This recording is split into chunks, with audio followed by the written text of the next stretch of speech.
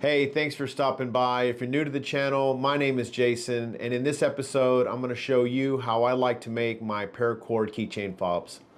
Let's get into it.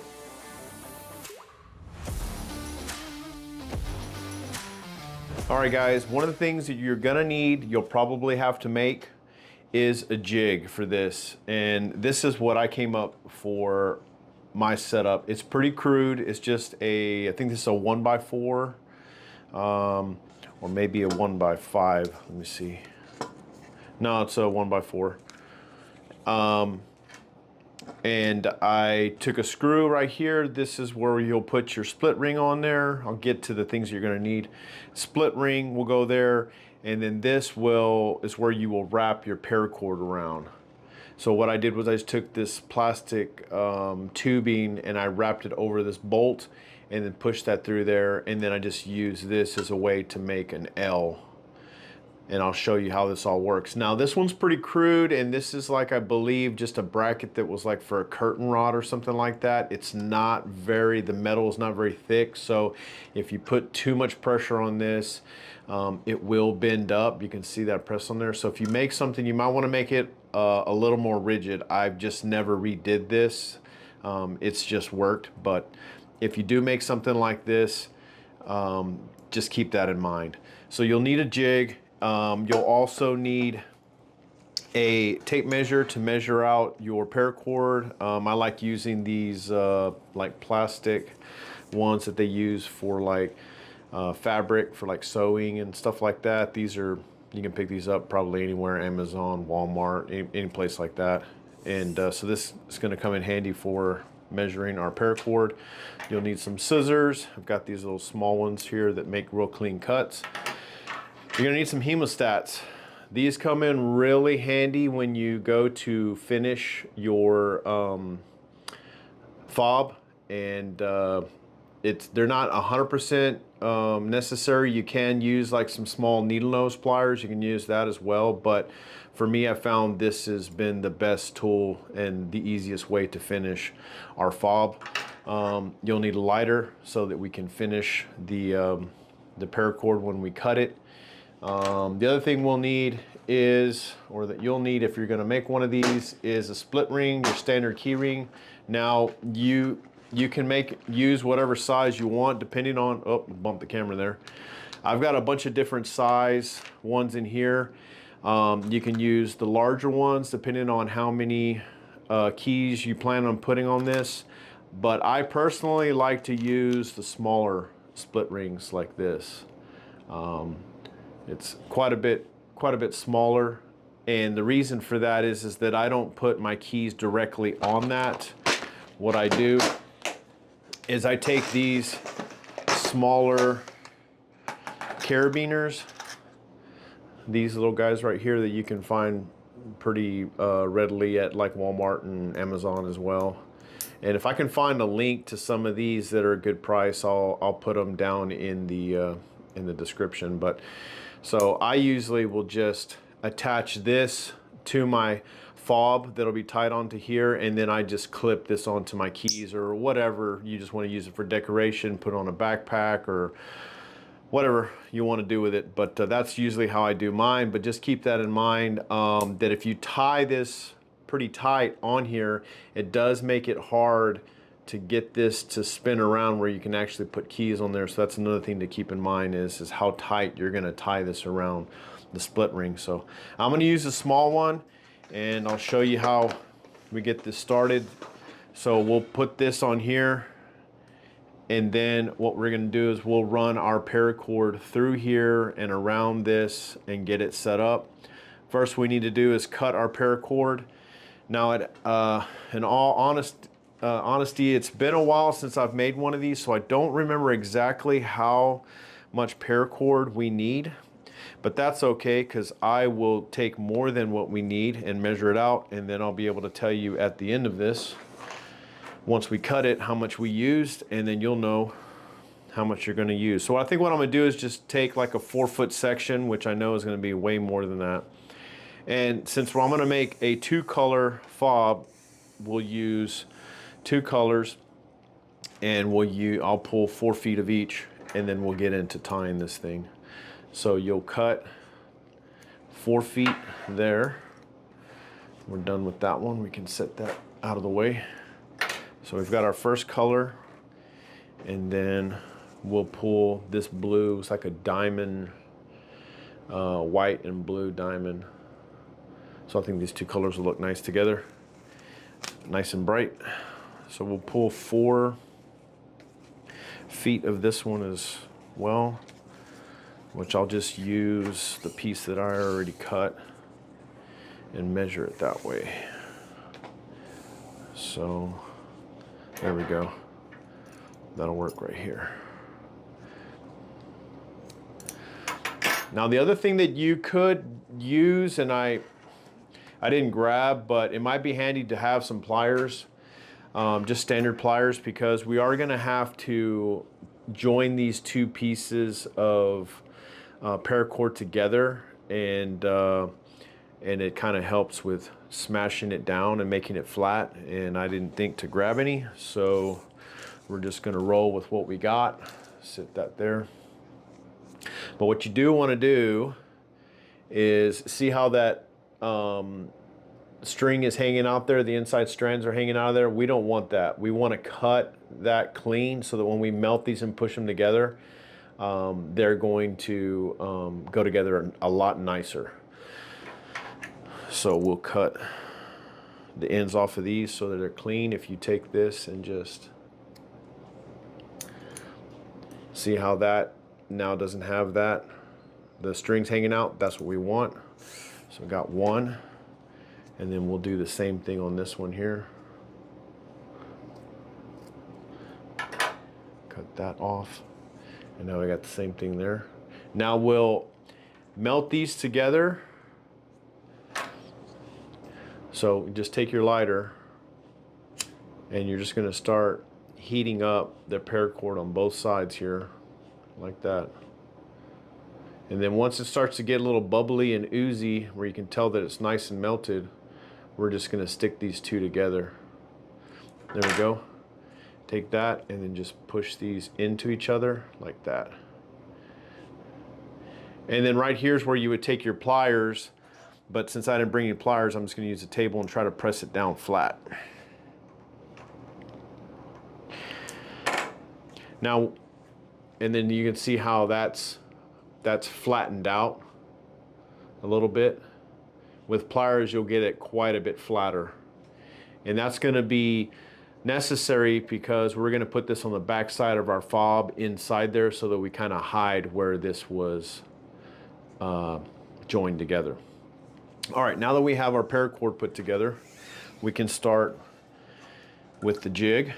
So we'll take our jig here, and we're going to run our paracord. Now, the next thing that you want to think of is when you have this paracord through here, which cord's going to be on the left and which cord's going to be on the right when you start to tie your cobra stitch, because there's going to be two sides to the fob, but the fob is going to be terminated on one side, so one side is going to be clean, the other side you're going to see where the strands are. So which way what color you want where. If you want the yellow cord to be going back and forth over the blue, or you want it the other way. So I think we'll just do it this way. I think I'll keep the yellow on the right and the blue. So what I'm doing here, now that I know which way I want to keep my paracord, I'm going to keep this to the back, just like that, and get this situated so that it kind of lays flat. I don't want it at an angle, I want it to be flat. And then we're going to start wrapping our paracord around this bar here and up through the hole. So we'll run this through there and keep it on the left, just like that. And then we'll run this one around this bar, and we'll go up through here. Actually, Should have probably went the same way as I did on the other one, and I'll tell you why that in a minute. Let me redo that real quick, just so they're going in the same way. So go around the back side instead, so that when your paracord comes around the bar and goes through the hole, they're both going in the same direction. They're both going through the split ring. And make sure that, yeah, if you have any kinks or anything like that, make sure you keep it straight. And then just kind of try to line these where they sit next to each other. Now what we're gonna wanna do is we're gonna wanna have 4 of these. So we're gonna go again on this side with another one here, and we'll go through the hole and pull that back and keep it to the left. And then this one will come back around the bottom again, just like that. And then that's gonna go up and through the hole again on the right.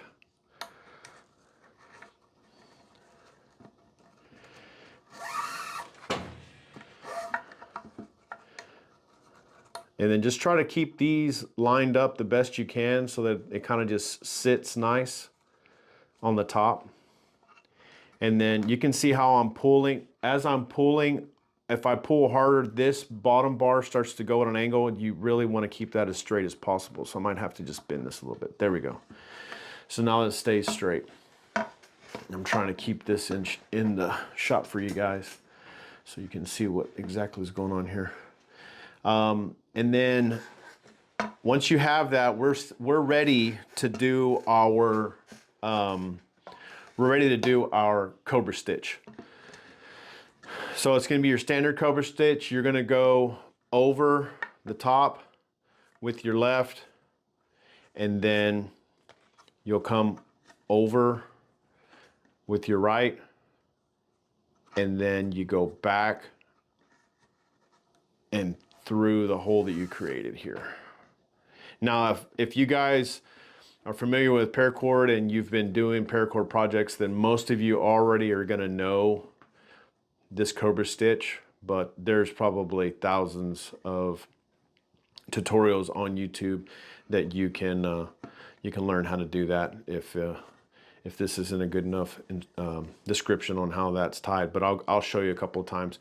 But essentially that's what you're gonna do, is just back and forth with the Cobra stitch. Once this blue one went through, this blue one is the one that's just gonna be going back and forth, and then this yellow cord is the one that just keeps going over, back around, and through. So now this first knot here that you tie up here, it's pretty crucial because you want that to be pretty tight. You don't want it to come loose. So you do need to keep some pressure on that.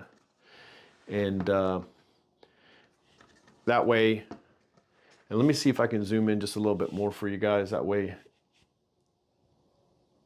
yeah, I think that might be better. And then same thing, come around. I like to keep my finger in here so it keeps a hole on the right side. You come across with this blue one, this yellow one's gonna go on top of it and go back around and then come through the hole that you just created.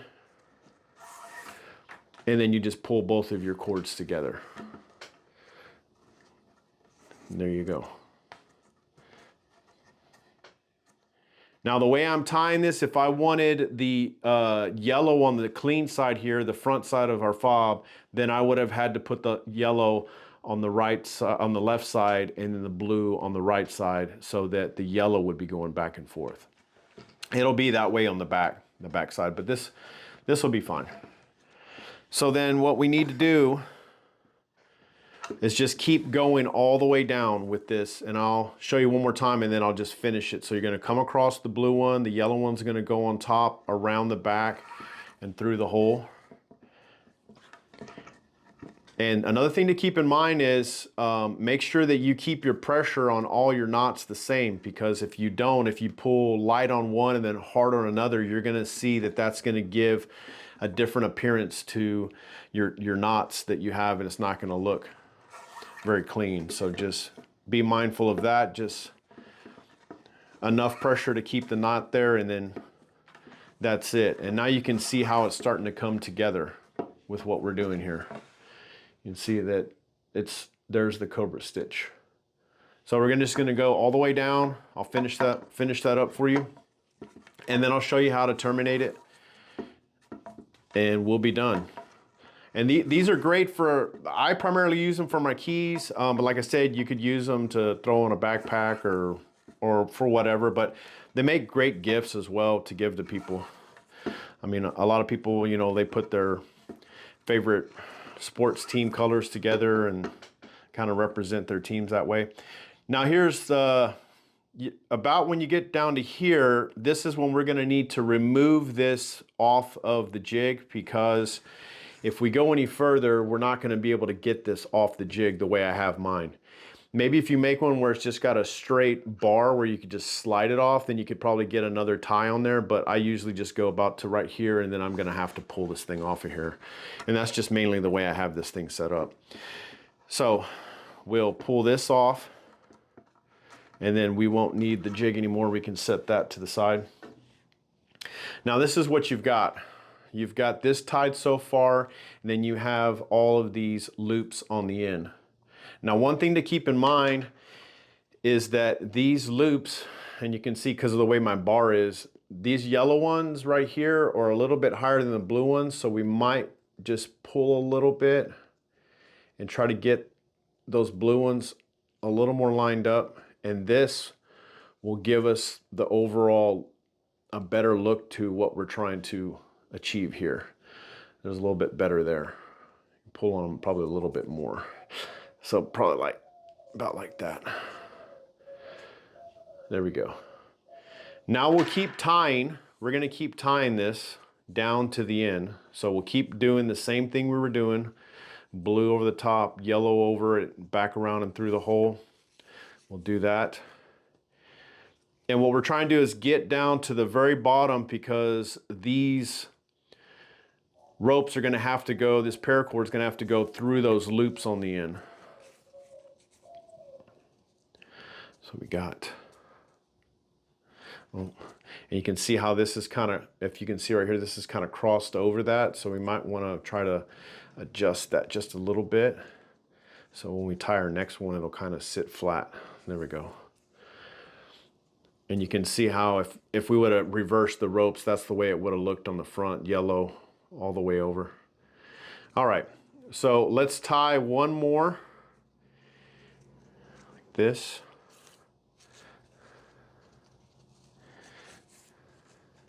Okay, and you can see how small the hole is getting right there. So if we use our, that's where these come in handy. We use our hemostats, we can kind of go through here, and it's still got plenty of room to get through there. But if we tie one more right on top of this, then it's going to be difficult to get the paracord to go through there, because we have to bring this one through that way and we have to bring this one through that way. So what I do is I go ahead and set up like I'm going to tie another knot. I'll put this over the top, bring this around, go through the back, and then I'll put that through the hole like I'm going to tie another knot. Just like that. But I don't pull it tight yet. I leave it loose like that. And then what we're going to do is we're going to run the paracord through there before we tighten it up. So if you stick your hemostats through one side and open those up, then you can grab this yellow cord and you can bring that through. And then if you go from the other side, come through there, and you're going to grab your blue cord and you pull that through there. Now you have both of those through there, but we want to leave enough out on each side that we can pull this knot tight.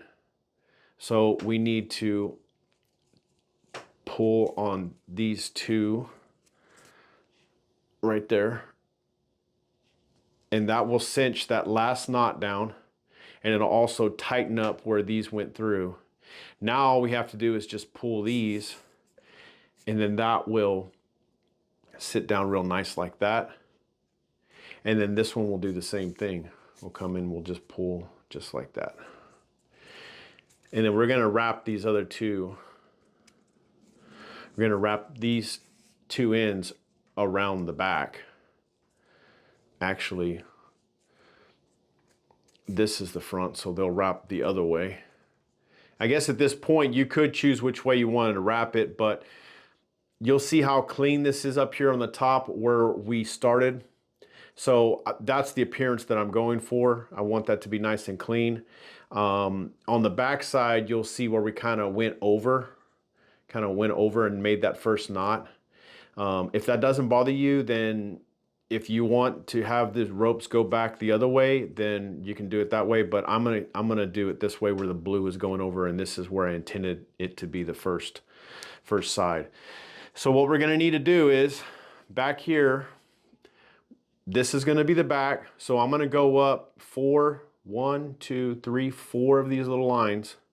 And then I'm gonna take my hemostats and I'm gonna go through underneath those stitches and go underneath there and push down towards the bottom, just like that. Get it all the way out so that I can open up these hemostats. Oh, I pushed it too much. There we go. You can open up the hemostats and then you can put your cord in there. So we'll try to, I don't know if I'll get both of these at one time, but we'll try it. We'll try it. So put both of them in there right at the tip, close down our hemostats, and then I'm gonna attempt to pull these cords through there. See if I can get it. It might go. Oh, we got it.